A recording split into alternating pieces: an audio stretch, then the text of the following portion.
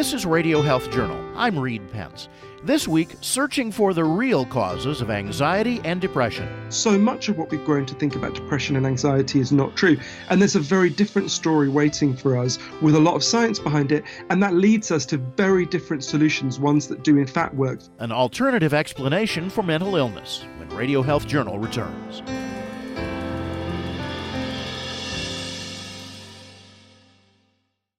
I'm Nancy Benson, host of Radio Health Journal.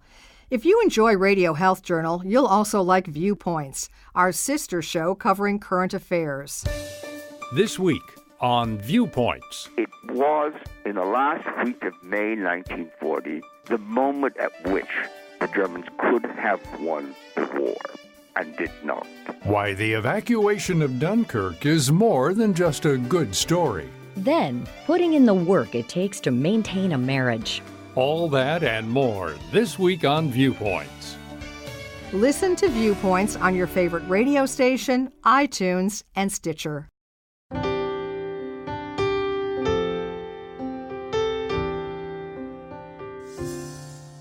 Ever since he was a child, Johann Hari has felt sad. He says the pain seeped out of him as a teenager. He even cried a lot during what was supposed to be a fun trip through Europe. Finally, Hari realized he must be depressed, a diagnosis confirmed by his doctor. Depression happens for a simple reason. It's caused by a chemical imbalance in your brain. In fact, the way my doctor explained to me is there's a chemical called serotonin that makes people feel good. Some people are naturally lacking it, and you're clearly one of them, so we're going to give you these drugs, and then you're going to feel normal again. And I felt fantastic when I was told that. I remember swallowing the first tablet outside a shopping centre in London, and it felt like a kind of chemical kiss. To be given a story about your pain is a tremendous relief, and I felt great. At least he felt great for about 3 months, but slowly the overwhelming sadness returned. So I went back to my doctor. He said, clearly you're not on a high enough dose. I was given a higher dose. Again, I had a few months of relief. Again, it came back. And gradually I kept taking a higher and higher dose until I was taking the maximum dose you're allowed to take. And before long, I was really depressed again. So one of the mysteries that really was haunting me is, look, I've been taking this drug for 13 years. I've been doing everything I'm told to do. According to the story I've been told, I should feel better. And I don't feel better. What's going on here? I actually discovered later that I was completely typical. Between 65 and 80% of people taking chemical antidepressants are depressed again within a year. The second mystery was really, when I was a kid, I remember seeing some of my family taking quite a lot of, medications to lift their moods, make them feel better. And my family was very unusual then in the early 80s. When I would stay with my friends, I would notice, most kids' families, that didn't happen. But a funny thing happened as I got older, which is the whole of Western civilization caught up with my family. Today, 1 in 5 Americans takes an antidepressant drug. The medications are so ubiquitous, they affect our water supply. Everyone listening to this is being exposed to these drugs because whenever the water supply is tested by scientists, they find trace elements of antidepressants because so many of us are taking them and so many of us are urinating them out that we're literally awash in these drugs. And I kind of thought, well, not just why do I still feel like this, but why are so many other people feeling like this? Why has this kind of epidemic of despair seemed to have spread across our culture? Hari's conclusions are controversial, the product of a 40,000-mile journey seeking answers from researchers, doctors, and people who have lived with anxiety and depression for much of their lives. His new book is titled Lost Connections, Uncovering the Real Causes of Depression and the Unexpected Solutions. The vast majority of people taking chemical antidepressants are still depressed a year later. That doesn't mean there aren't some people getting relief from it. There are. That doesn't mean that they're a bad thing. They're not. But this can't be the answer for most of us because it's not working for most of us.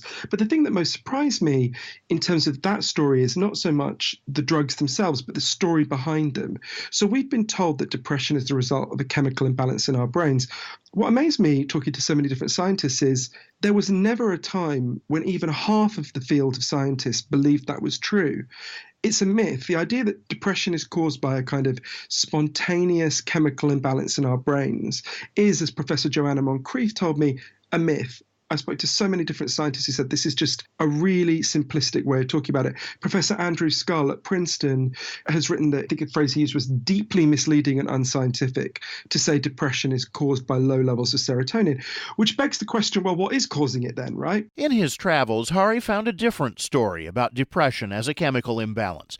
Instead, he found one that focuses on unmet basic human needs. All human beings have innate physical needs, right? We need food, we need water, we need shelter. It turns out there's very good evidence that just like we have physical needs that have to be met in order for us to be healthy human beings, we have psychological needs that are necessary, that have to be met in order for us to have healthy psyches, right? You need to feel you belong. You need to feel people value you.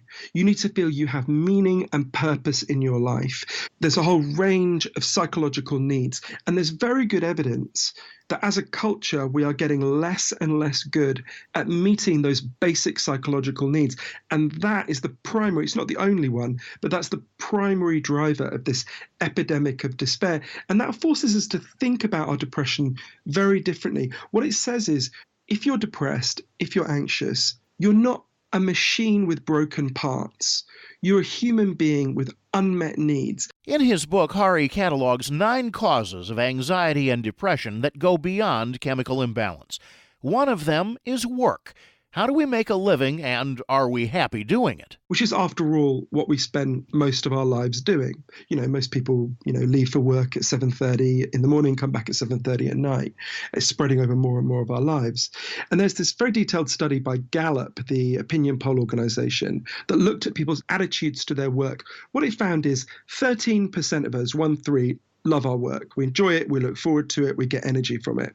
63% of us are what they called sleepwalking through our work. So we don't love it, we don't hate it, we're just enduring it.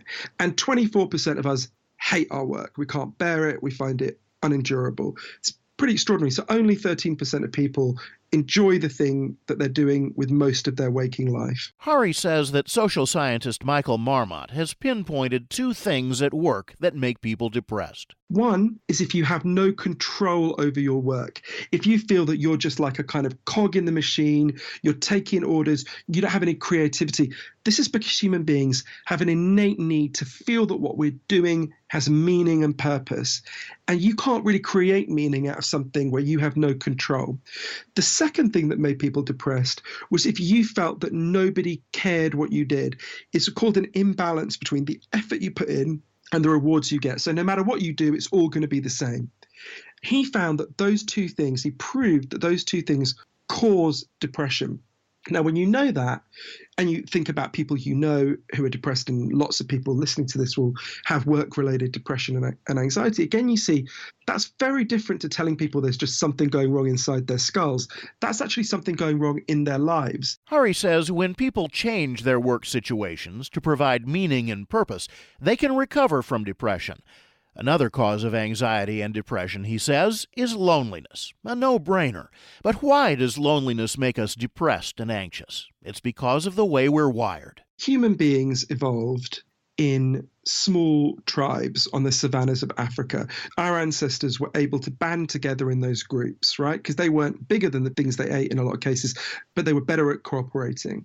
Every human instinct we have is designed for us to be in a tribe. If you were separated from your tribe, if you had nobody to turn to in the circumstances where we evolved, you would be very right to be depressed and anxious because you were in terrible danger. If something happened to you, there'd be no help. You were very vulnerable to the elements, to the animals around us. So we evolved these impulses. We evolved to be anxious and depressed when we are alone or feel lonely. And we are the first human beings ever to try to live without tribes. There's a study that asks Americans, how many close friends do you have who you can call on in a crisis? When they started doing it decades ago, the most common answer was 5. Today, the most common answer is none.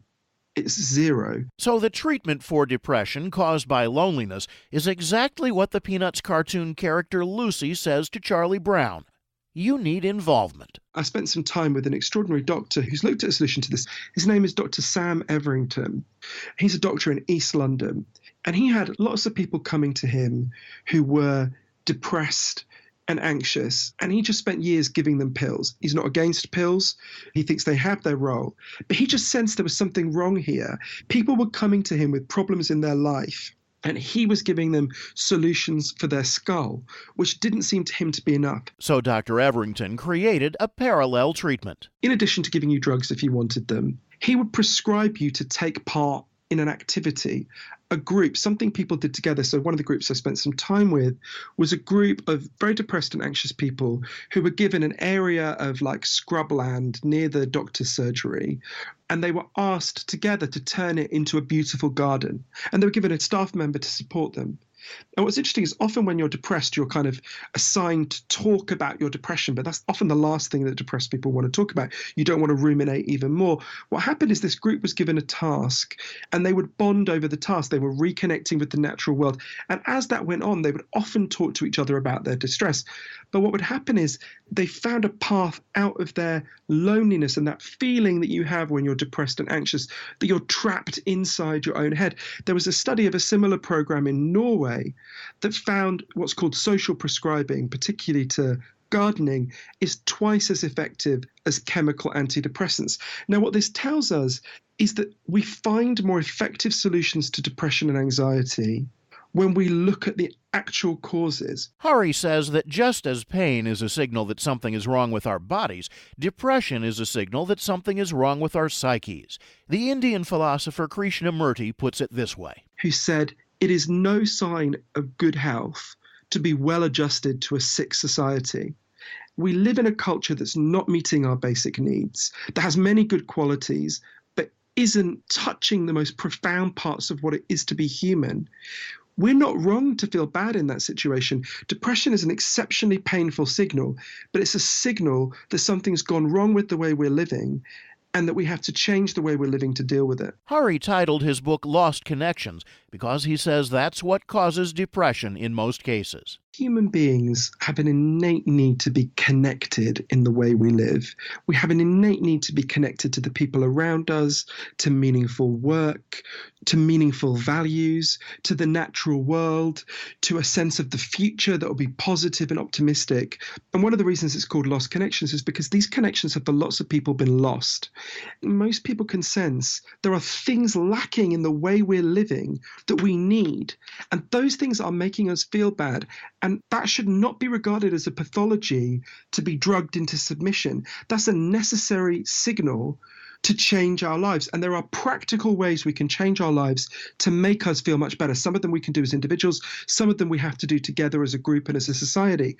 You know, we have been trying this path of telling people that their depression is a chemical imbalance and they need to drug it for the past 30 years. And every year we do it, the depression gets worse.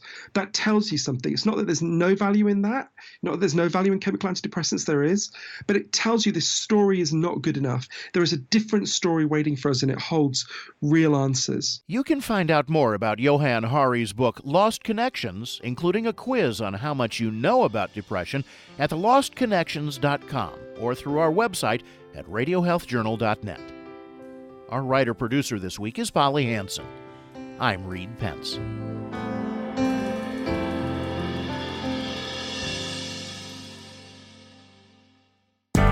Radio Health Journal returns with medical notes in just a moment. Take a listen to Physical Attraction, the podcast that tries to explain physics one chat-up line at a time, from the laws of nature to the end of the world. You can find the show on Apple Podcasts or wherever you listen to podcasts, and on Twitter at @PhysicsPod. Medical notes this week.